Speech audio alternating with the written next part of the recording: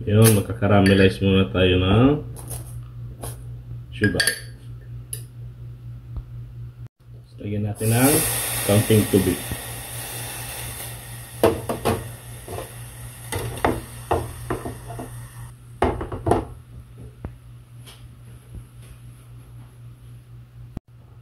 Yan, pagka ganyan ha, okay na yan. Tapos, dahil nagtitrending yung glutinous rice flan, yung gagawa tayo. Lagay muna tayo ng iba.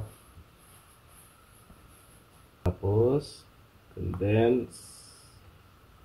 Kahit anong brand naman. Tapos, maglalagay tayo ng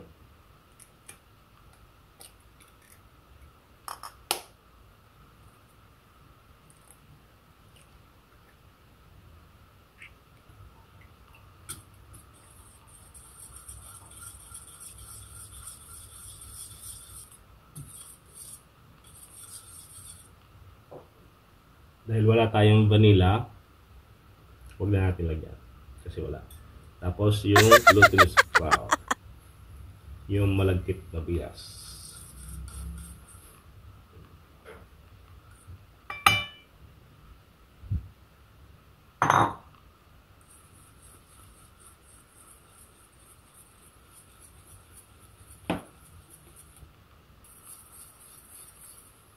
Naglagay ulit tayo ng another 1 cup ng glutinous rice. Yung pag nahalo na natin, isasala muna natin para matanggal natin yung mga buo-buo.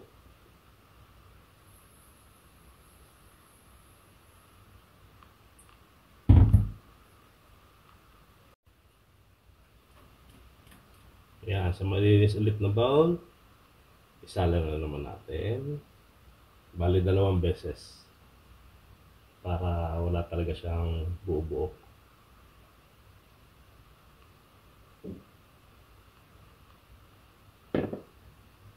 Yan, tapos salin na natin sa molde natin.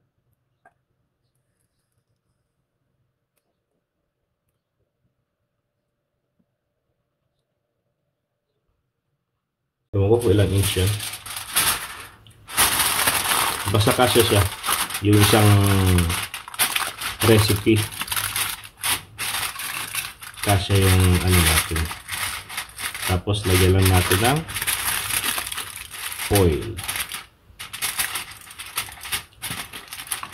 Yan, kumukulo na. Lagyan natin yung yan, ilagay na natin.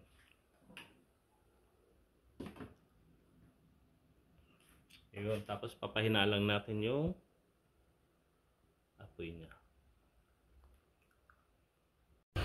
Yun, after 2 hours, mahigit 2 hours and 10 minutes, naluto rin.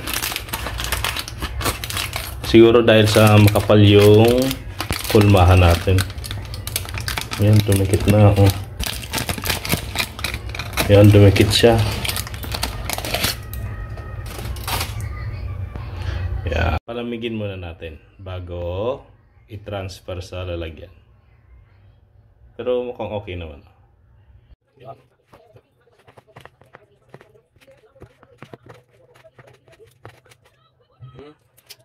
Tignan natin kung well, let's see. Oh. Yeah. Kung success naman yung gawa natin mga kabalon. Yan.